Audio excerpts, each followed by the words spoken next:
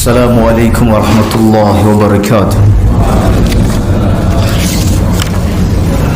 إن الحمد لله نحمده ونستعينه ونستغفره ونعوذ بالله من شرور أنفسنا ومن سيئات أعمالنا. من يهده الله فلا مضل له ومن يضلل فلا هادي له. أشهد أن لا إله إلا الله وحده لا شريك له وأشهد أن محمدا عبده ورسوله.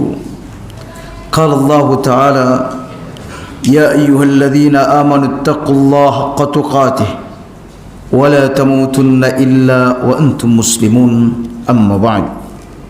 Alhamdulillah, kembali kita melanjutkan mengkaji kitab Talkhis Ahkamul Janaiz yang ditulis oleh Al-Muhaddis Syekh Albani rahimahullahu ta'ala. Kita masuk pada fasal yang kedua, Talqinul Muhtadar.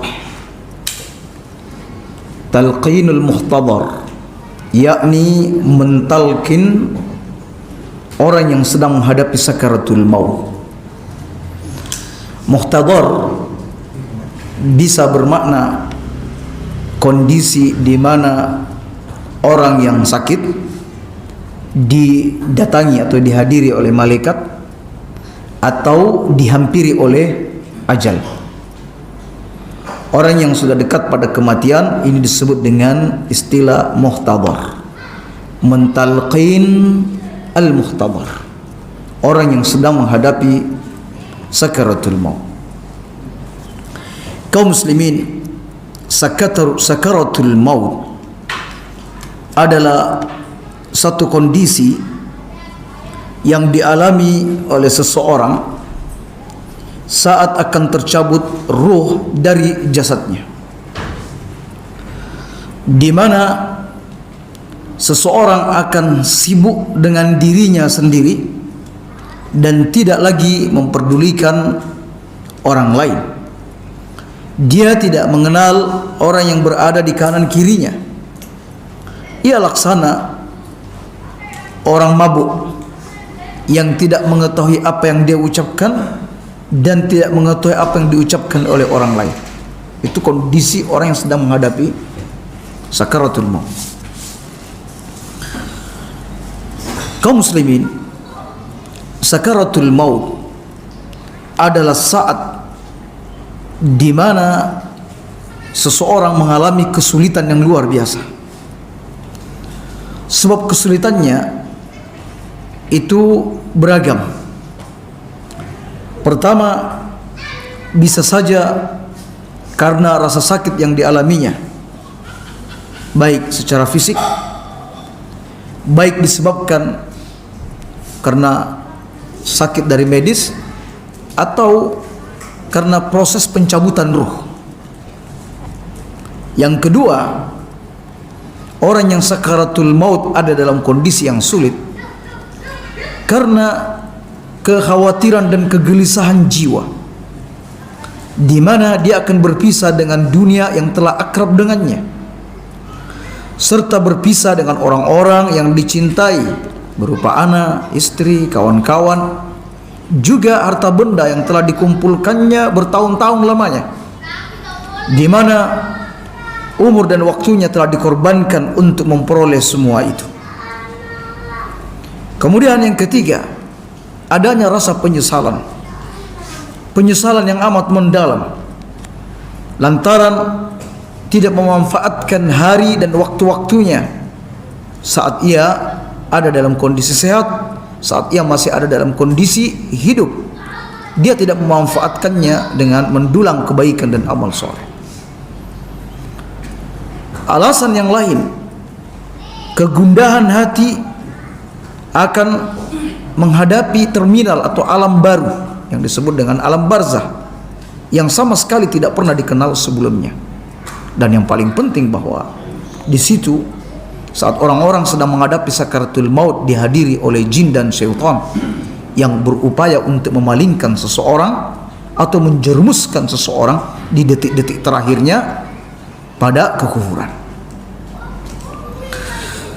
Dan kaum muslimin, para ulama menceritakan bahwa seseorang ketika menghadapi sakaratul maut itu laksana seperti bernapas atau nafas yang keluar dari lubang jarum, atau seolah-olah gunung menghempit lehernya dan dadanya, atau seolah-olah ada ranting berduri yang masuk di tenggorokan dia.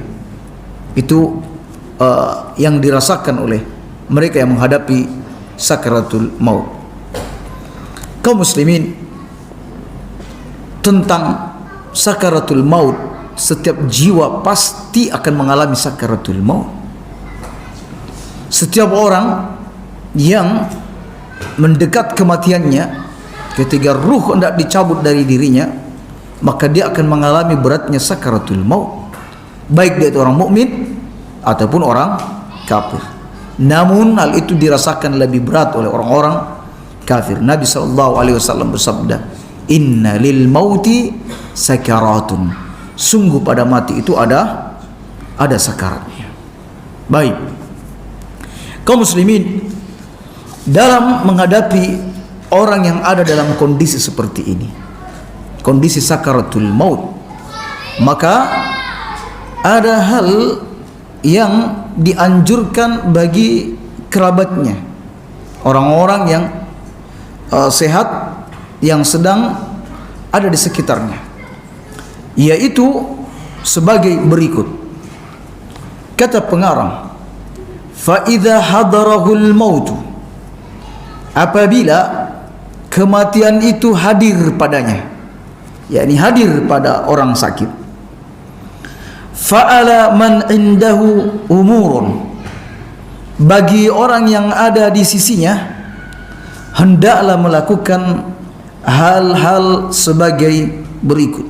Yang pertama, ayyulaqinu asyhadata, hendaklah ia mentalkinkannya kalimat syahadat, hendaklah mentalkinkannya dengan kalimat syahadat berdasarkan sabda Nabi sallallahu alaihi wasallam, laqinu mautakum la ilaha illallah, hendaklah kalian mentalkin orang yang hendak mati di antara kalian dengan ucapan la ilaha illallah. Jadi kalimat talqin, ya, kalimat yang ditalqinkan kepada orang yang hendak meninggal dunia hanya sebatas ucapan la ilaha illallah, tidak dengan tambahan Muhammadar Rasul, cukup la ilaha illallah. Mengapa demikian kaum muslimin? Lantaran Nabi sallallahu alaihi wasallam bersabda, "Man kana akhiru kalamihi la ilaha illallah indal maut." Barang siapa yang akhir ucapannya la ilaha illallah ketika matinya, dakhalal jannah yauman minad dahri, dia akan masuk surga pada suatu hari kelak. Dia akan masuk surga pada suatu hari kelak.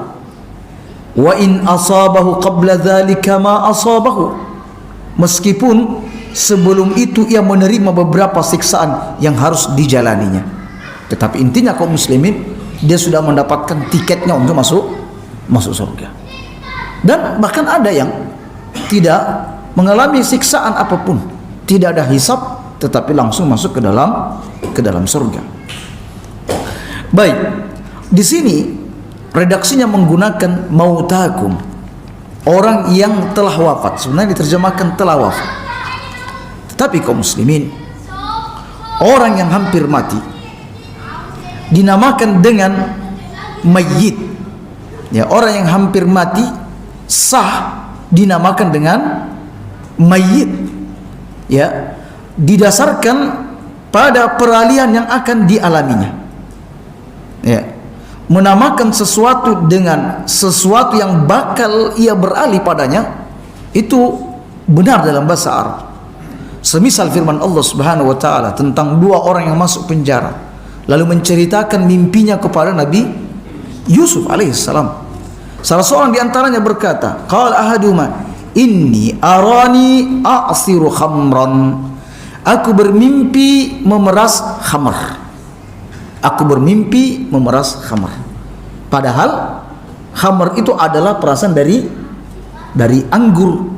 Ya, tetapi karena ini akan beralih untuk menjadi khamar, maka disebut khamar sekalian. Nah, demikian. Berarti laqinu mautakum la ilaha illallah. Talqinkan orang yang telah mati di antara kalian dengan ucapan la ilaha illallah. Kemudian kaum muslimin ayyad'ulah, hendaklah ia mendoakan orang yang sakit tersebut, yang sedang menghadapi sakaratul maut. Wala yaqulu fi hudurihi illa khairan. Hendaklah ia tidak mengucapkan apapun di saat dia berada di sisi muhtadar tersebut kecuali ucapan-ucapan yang baik. Sebab Nabi sallallahu alaihi wasallam bersabda, "Idza hadartumul marida awil mayyita faqulu khairan." Apabila kalian hadir di sisi orang yang sakit atau orang yang telah meninggal, maka ucapkanlah ucapan yang baik. Alias kalau dia orang yang sakit, maka doakan kesembuhan untuknya. Kalau dia adalah seorang yang sudah meninggal, maka mohonkan pengampunan dan rahmat untuknya. Alasannya apa kaum muslimin? Nabi bersabda, fa innal malaikata yu'amminuna ala ma taqulun. Karena di sisi orang sakit tersebut, di sisi orang mayit tersebut ada malaikat. Bukan cuma kita, ada malaikat yang yu'amminun, mendoakan apa yang kalian ucapkan. Oleh karena itu kaum muslimin, sibuklah dengan mengucapkan ucapan yang baik. Pinjamlah lisannya malaikat untuk kesembuhan orang yang sakit di antara kita, dan pinjamlah lisannya malaikat ya yang mengaminkan doa kita untuk mayit kita, untuk pengampunan dan rahmat kepadanya. Kaum muslimin, yang ke-14, poin ke-14, walaysa talqinu dzikra syahadati bihadratil mayyiti wa tasmi'ah iyyah. Yang dimaksud dengan talqin, ya, yang dimaksud dengan talqin di sini bukanlah hanya sekedar menyebut kalimat syahadat di sisi orang yang tengah sakaratul maut dan memperdengarkannya, ya. Bal, tetapi huwa amruhu bi ayyaqula khilafan lima yadhunnul ba'du. Tetapi yang dimaksud adalah menyuruhnya, memerintahkannya, yaitu merintahkan muhtadar, orang yang sedang sakaratul maut, untuk mengucapkan la ilaha illallah. Ini berbeda dengan sangkaan sebagian orang. Maksudnya kata pengarang, saat kita hendak mentalqin, itu caranya, tariqahnya adalah menyuruh, memerintahkan dia untuk mengucap. Ya, semisal katakan, ucapkan. Nah, itu yang dimaksud dengan menyuruh. Ya, menyuruh. Jadi bukan hanya sekedar berzikir di sampingnya, membaca la ilaha illallah, la ilaha illallah, tetapi menyuruh. Hal ini didasarkan pada sabda Nabi sallallahu alaihi wasallam dari hadis Anas, anna Rasulullah sallallahu alaihi wasallam ada rajulan minal ansar. Rasulullah sallallahu alaihi wasallam pernah membesuk seorang laki-laki dari Ansar, dan dia berasal dari Bani Najjar. Orang Ansar dari Bani Najjar. Faqala ya khal, wahai paman. Khal ini paman dari pihak ibu. Kalau ammun, paman dari pihak bapak. Baik. Ya khal, qul la ilaha illallah. Ucapkan la ilaha illallah. Ya, faqala akhalun am ammun. Saya ini paman dari pihak ibumu atau paman dari pihak ayahmu? Saya ini khal atau am? Kata Nabi, bal khalun. Ya, benar sudah, khal, bukan ammun, khal. Ya, karena apa? Karena ibu Nabi sallallahu alaihi wasallam itu berasal dari Bani Najjar. Jadi siapa saja yang merupakan kerabat ibu, siapa saja dari kerabat ibu, maka itu adalah khal, adalah paman, yang disebut dengan istilah khal dalam bahasa Arab. Kalau kita semuanya Pak D, Pak Le, ya, baik dari pihak bapak atau pihak ibu. Ada lagi kalau bahasa umum om, baik dari pihak bapak atau pihak ibu, dia kakak atau adik namanya om. Kalau Jawa masih lebih rinci, Pak D dengan Pak Le. Ya, baik. Qul la ilaha illallah. Faqala fa khairun li an aqula la ilaha illallah. Apakah baik bagiku untuk mengucapkan la ilaha illallah? Qala Nabi, na'am. Jelas baik. Kaum muslimin, di sini Nabi sallallahu alaihi wasallam menyuruh pamannya atau laki-laki tadi untuk mengucapkan la ilaha illallah dengan berkata qul ya khal, qul, wahai paman, ucapkan, qul, ucapkan. Baik. Begitu juga ketika Nabi sallallahu alaihi wasallam mendatangi Abu Talib saat berada di ambang kematian. Abu Talib saat berada di ambang kematian, di situ hadir beberapa orang-orang Quraisy termasuk Nabi sallallahu alaihi wasallam. Dan Nabi berkata, ayyi ammi, wahai pamanku. Ini menggunakan kalimat ammun karena bapaknya, ya, Abu Talib itu bersaudara dengan Abdullah. Ya. Ayyi ammi, qul la ilaha illallah, wahai pamanku, ucapkan la ilaha illallah. Baik kaum muslimin, kata sebagian ulama, untuk masalah seperti ini, bahwa mentalqin ini melihat kondisi si mayit. Kalau kondisinya masih mengerti dengan ucapan, ya, maka Anda bisa memberikan wejangan nasihat dengan ucapkan la ilaha illallah, ini akan baik bagimu, ya. Sebab barang siapa yang akhir ucapannya mengucapkan la ilaha illallah, maka masuk surga. Tapi kalau kondisinya sudah payah, sedemikian payahnya, ya, jangan diperintahkan, kata ulama, jangan disuruh, nanti dia malah kesel. Ayo ucapkan la ilaha illallah. Tidak, dia hanya menyebutkan kalimat la ilaha illallah di sampingnya, ya, berzikir di sampingnya dan mengucapkan la ilaha illallah dengan suara yang perlahan, la ilaha illallah. Karena ini adalah kondisi di mana si calon mayit itu muhtadar, dia benar-benar ada dalam masa yang sulit. Baik kaum muslimin, tetapi berdasarkan apa yang dipraktekkan oleh Nabi sallallahu alaihi wasallam, maka lebih utama untuk menyuruh untuk mengucapkan la ilaha illallah. Katakan, sebut la ilaha illallah. Baik kaum muslimin, jika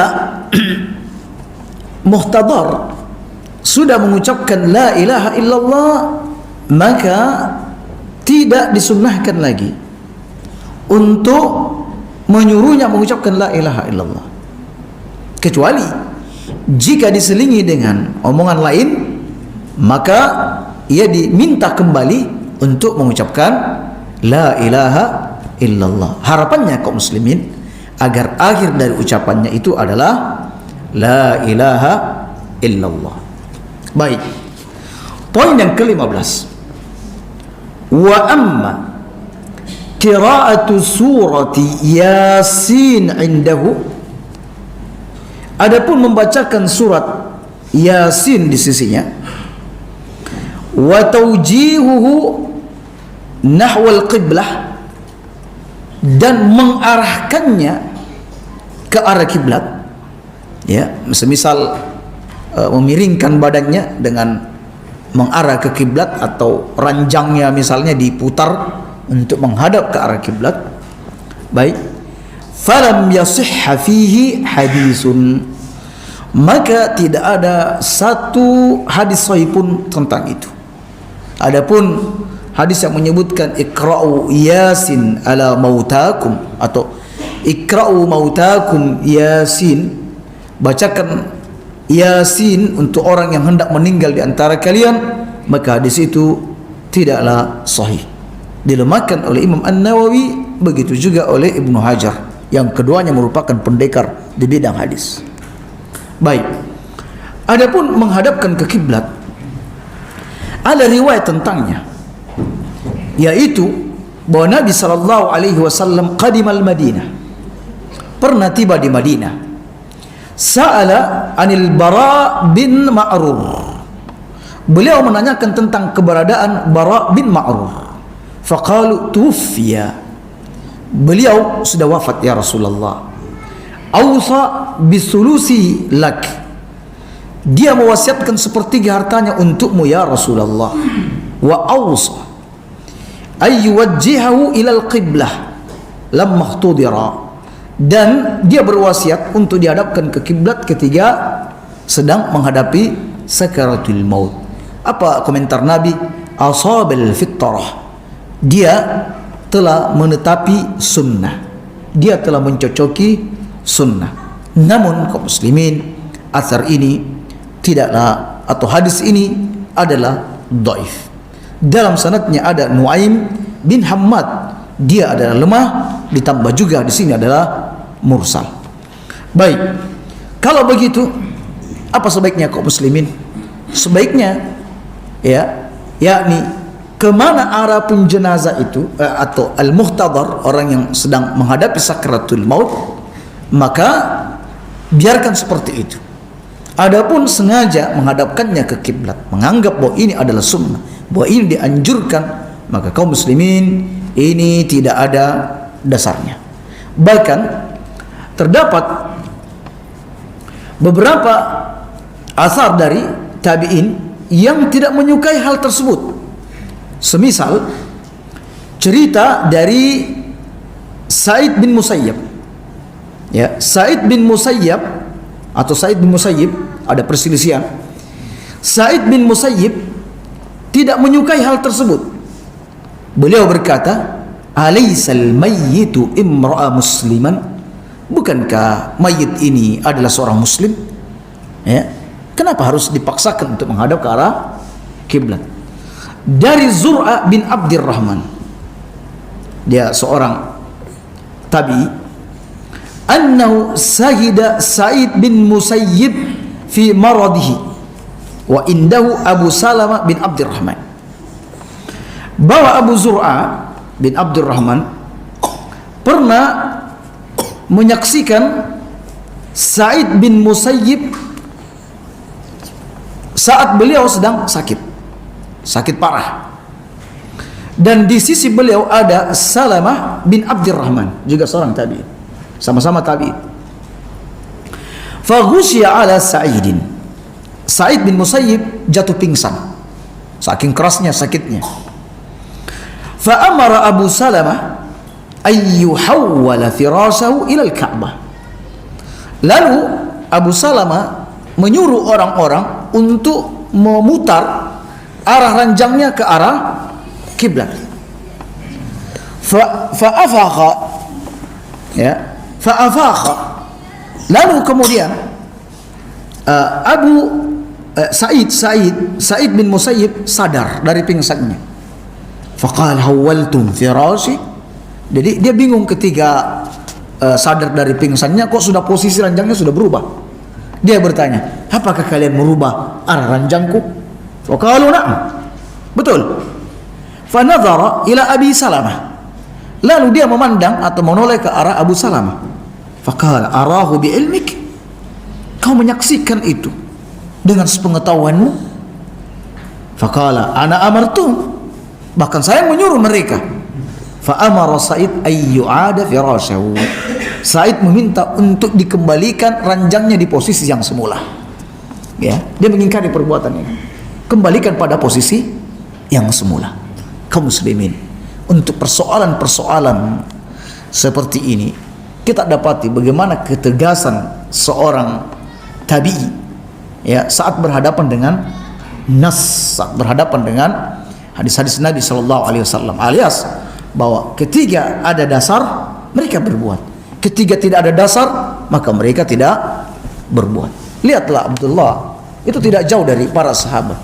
Abdullah bin Umar, saat beliau masuk masjid, beliau mendapati di masjid tersebut seseorang membaca as-salatu khairum minan naum.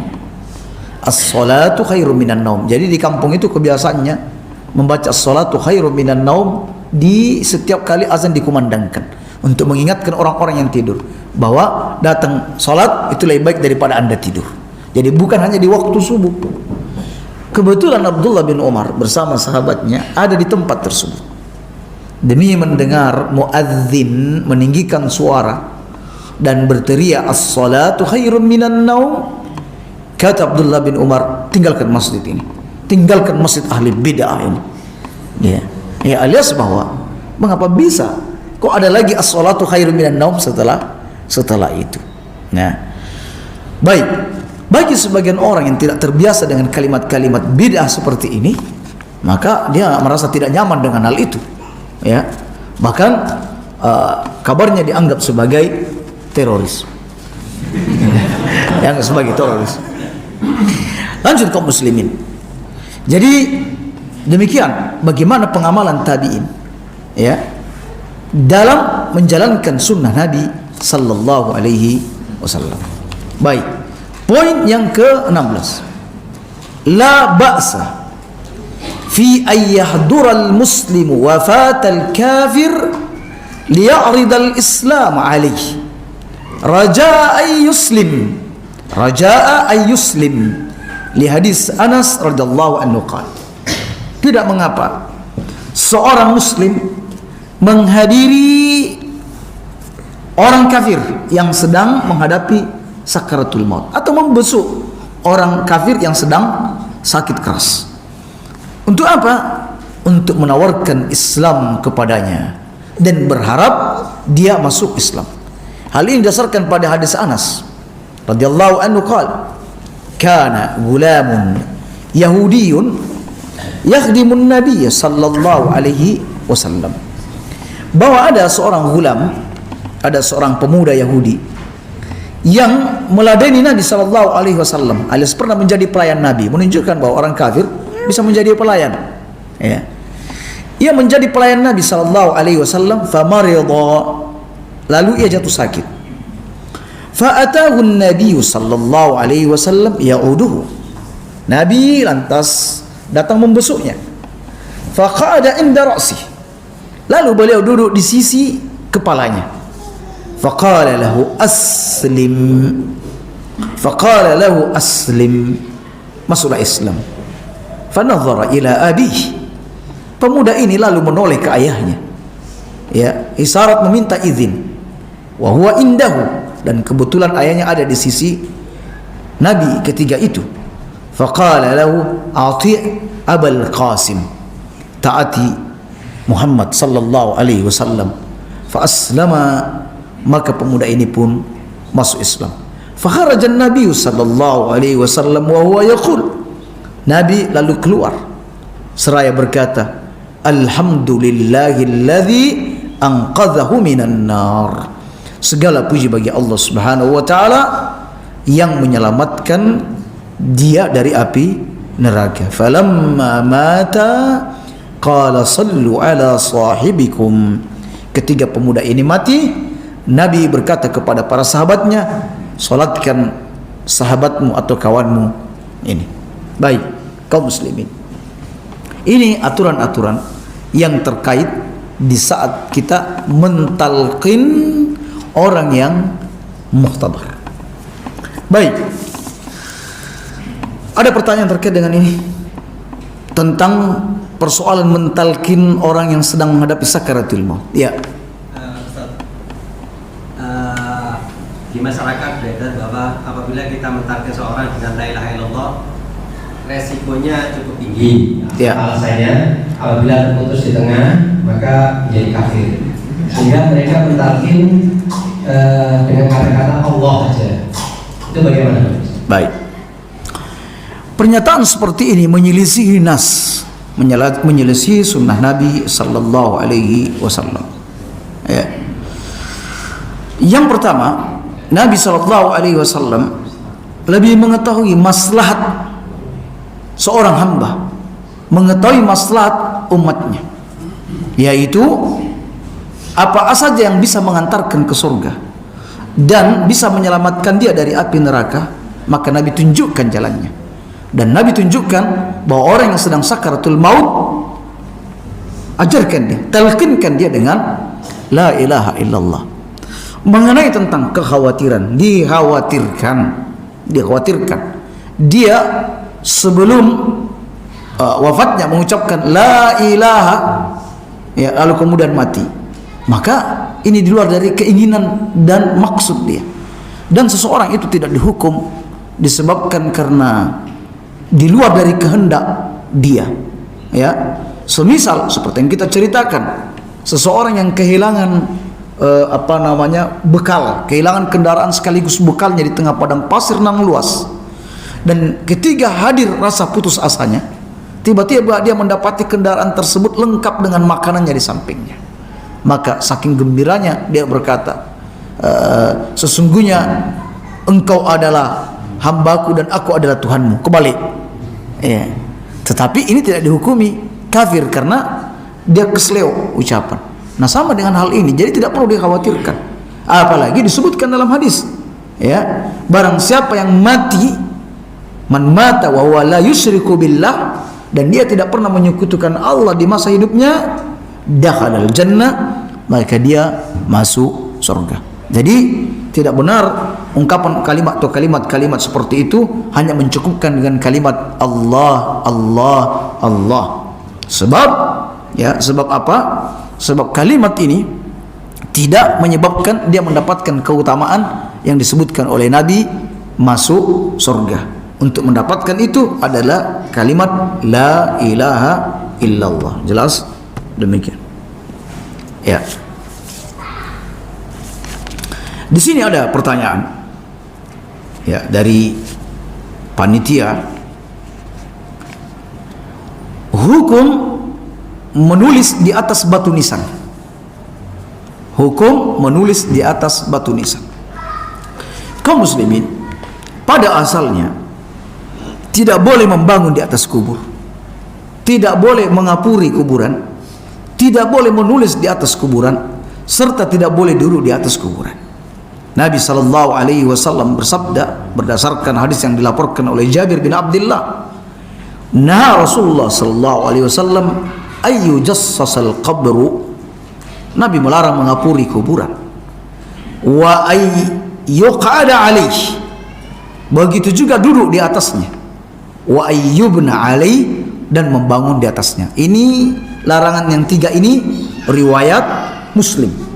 Baik, ada tambahan dalam riwayat Abu Dawud, wa yuktabu alaih, dan menulis di atasnya, dan tidak boleh menulis di atasnya. Baik, sekalipun ulama memakruhkan menulis di atas kuburan, namun sebagian besar mereka mengecualikan jika ada hajat atau ada keperluan untuk menulisnya, semisal sebagai penanda. Jadi menulis sebagai penanda, yaitu hanya sebatas dengan menulis nama tanpa ada embel-embel yang lainnya. Hal ini dianalogikan, ini analogi, menggunakan analogi dengan perbuatan Nabi SAW yang meletakkan batu di atas kuburan Utsman bin Maz'un. Ya, beliau SAW berkata, "Ata'allamu biha qabra akhi." Dengan ini, dengan batu ini, aku bisa mengetahui kuburan saudaraku. Wa adfinu ilaihi man mata min ahli, dan aku bisa menguburkan keluargaku, dan aku bisa mengubur keluargaku yang mati di tempat ini. Ya, artinya kaum muslimin bahwa Nabi sallallahu alaihi wasallam beliau untuk memisahkan atau membedakan antara kubur yang lain, antara satu dengan yang lainnya, beliau meletakkan batu. Dan hal itu maklum. Ya, hal itu maklum di masa Rasulullah sallallahu alaihi wasallam. Mereka memberi penanda. Ya, semisal Nabi sallallahu alaihi wasallam biasa berziarah kubur di kuburan ibunya. Ya. Dia atau beliau pernah meminta izin untuk berziarah ke kubur ibunya dan Allah Subhanahu wa taala mengizinkannya. Aisyah radhiyallahu anha juga pernah atau biasa ke kuburan Abdurrahman saudaranya. Alias tentu ada penanda untuk mengetahui kuburan-kuburan tersebut, dan di masa itu kuburan-kuburan masih jumlahnya masih sedikit. Setelah bertambahnya masa, ya, semakin mundur ke belakang ini semakin banyak penduduknya. Ya. Kemudian ketika kuburan-kuburan tidak diberi penanda, maka akan sulit untuk mengetahui mana kuburan keluarga, mana kuburan orang lain. Ketika misalnya kita meletakkan batu sebagaimana yang diperbuat oleh Nabi sallallahu alaihi wasallam, meletakkan batu di kuburan, ketika kuburan atau batu ini diangkat, ya, mengingat warga kita juga ini, ya, banyak yang sudah tidak amanah. Ya, masalahnya jangankan urusan batu, nginjak kuburan itu hal yang biasa.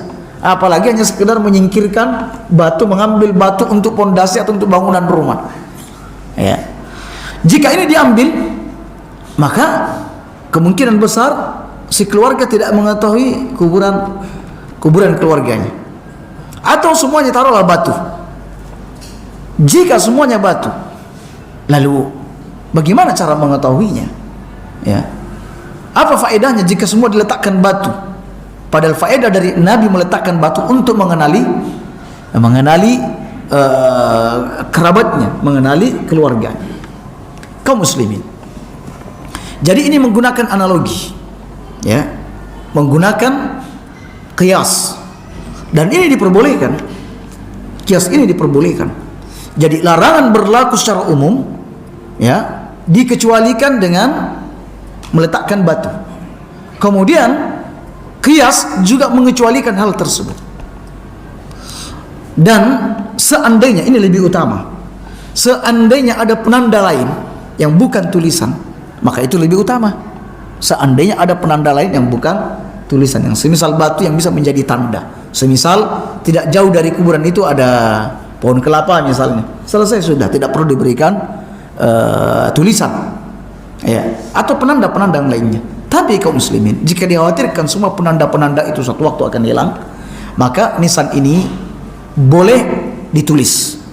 Tetapi sekali lagi, penanda yang hanya sekedar menggugurkan identitas, maksudnya nama saja, jangan ada embel-embel yang lain, ya, karena dalam kaidah disebutkan majaza li uzrin, apa yang diperbolehkan karena uzur, batala li zawalihi, dia batal karena hilangnya uzur tersebut.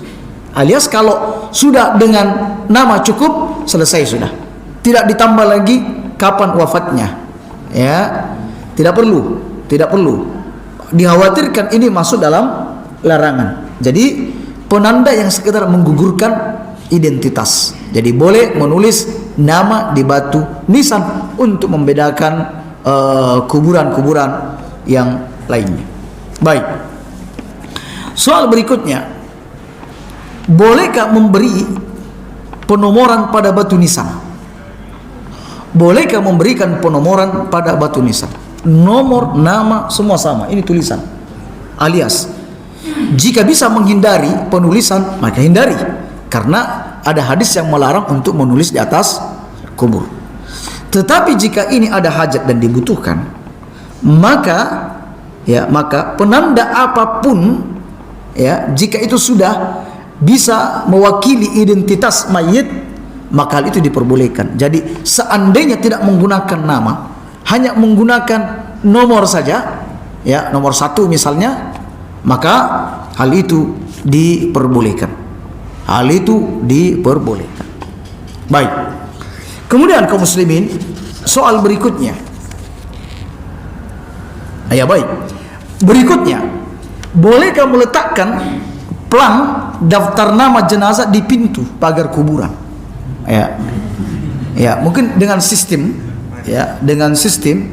ini dibuat kuburannya dengan model persegi 4 ya, model kotak-kotak, lalu diisi berapa kuburan.